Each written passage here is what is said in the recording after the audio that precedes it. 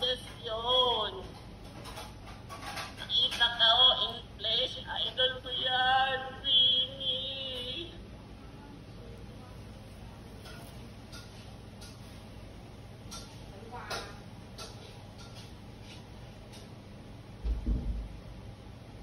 Diba? Kung ganun yung naramdaman nyo, sarilihin nyo na lang, ha? Pag-usapan nyo sa grupo, na, itaan mo ko yung pamilya ko.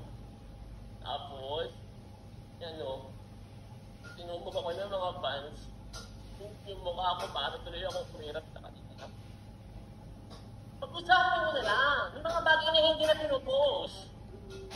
Mag-o-official statement lang kayo, mag-call out lang kayo, kapag ina-atake na kayo ng hate. Like, for example, yung huling parte ng official statement, tinamaan ako doon.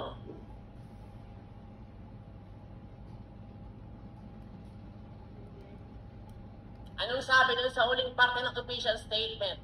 Yung mga tao, in English, pasensya na kayo, basta ito lang yung na-absorb ko doon sa huling parte ng official statement. Yung mga tao, ang sabi, yung mga tao po, mag-ingat-ingat po tayo sa mga sinasabi nating salita dahil hindi natin alam kung gano'n na-apektuhan yung mga members ng something like that. Guilty ako doon. Kilala niyo naman ako. May pagka-sociopath.